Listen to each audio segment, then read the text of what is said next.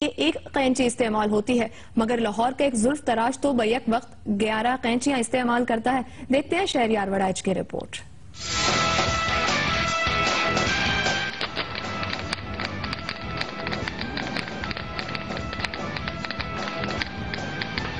صرف بال ہی تو کاٹنے ہیں، لیکن ایک ہاتھ میں 11 کینچیاں۔ باربر صادق علی شہر کے سب حجاموں سے ذرا مختلف ہے۔ کہتا ہے کہ بال تراشنے تو سبھی کو آتے ہیں، لیکن ایسی انفرادیت کہاں کسی کے پاس۔ کنٹری رف کٹنگ کیا ہے، اس لیے یوز اس میں ہوتی ہے رف کٹنگ میں۔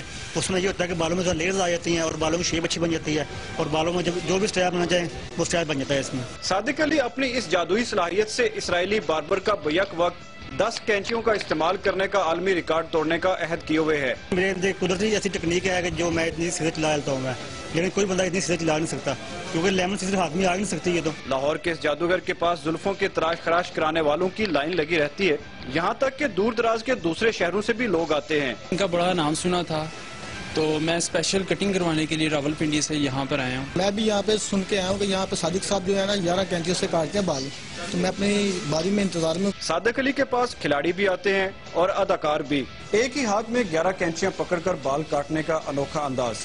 صادق علی گنیس بک میں اپنا نام درج کرانے کے لیے پر امید بھی، اور مستقبل میں اس انفرادیت کو مزید بہتر بنانے کے لیے پرعزم بھی۔ کیمرہ مین وحید بٹ کے ساتھ شہریار وڑائچ۔